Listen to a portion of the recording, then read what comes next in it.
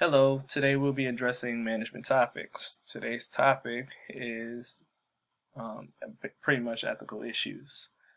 Um, we will analyze the ethical issue that involved with medical healthcare devices. These medical healthcare devices are Fitbits, Apple Health, things of that nature.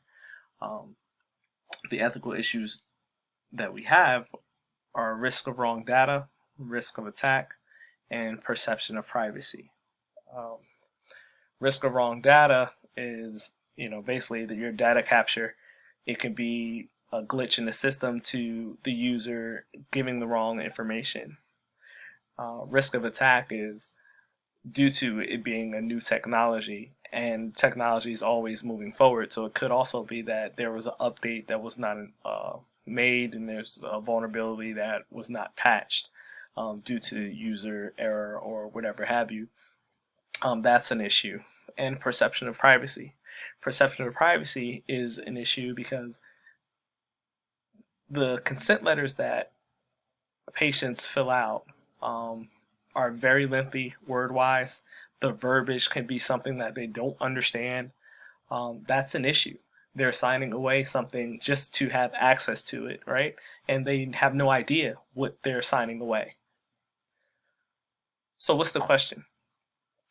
Is there a lack of ethical supervision and ethical norms in the current market environment of personal healthcare devices? In my opinion, or my gut reaction, yes. There's a total lack of ethical supervision. Ethical considerations are pretty much an afterthought. Do I have bias? Yes. My bias that I do realize is that I am basically saying that all companies are doing the same thing and they all have the same compliance policies, or policies period, consent policies period.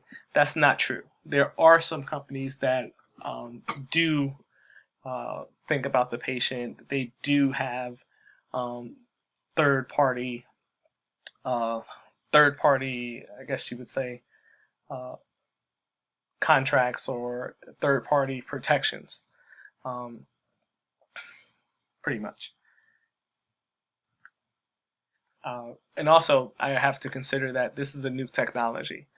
Um, with new technology, there are going to be some some things that happen, right? You can't always guess of what is going to take place. It could always be something. What are the facts and values of this issue? The facts are healthcare devices are used every day by so many people. Higher risk of there because people use healthcare these devices every day. That includes a higher risk of information compromise. Also, healthcare devices have the ability to improve patient outcomes. It's just the truth. What are the options? How can we fix this problem? One, we can adopt the standard requirement. We can also uh, develop a standard list of approved applications. We can develop monthly metrics. We can perform routine surveys. The routine surveys will basically be done by the patient to ensure that the app is something that they understand. Also, we can do that to ensure that there's something that they haven't encountered. There are some times where patients have encountered, they're looking up something on that particular application, and then they'll receive emails or something of that nature concerning something they thought was private.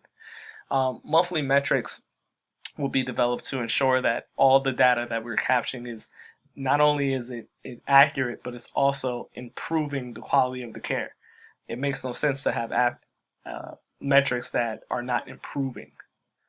Uh, the standard list of approved applications will be applications that are vetted by healthcare providers to ensure that the patients are, one, receiving the proper care that they need, is something that's approved, and they're getting the accurate information from these devices.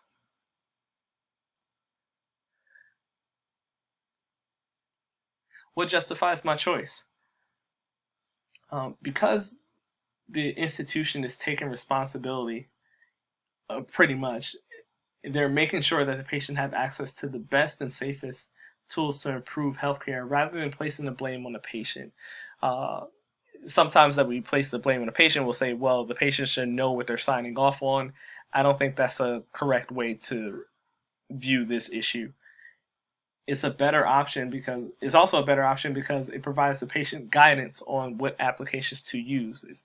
We're not basically saying you have to use this. You still have that flexibility to use whatever you want, but here's what we would like for you to use. Everyone likes that.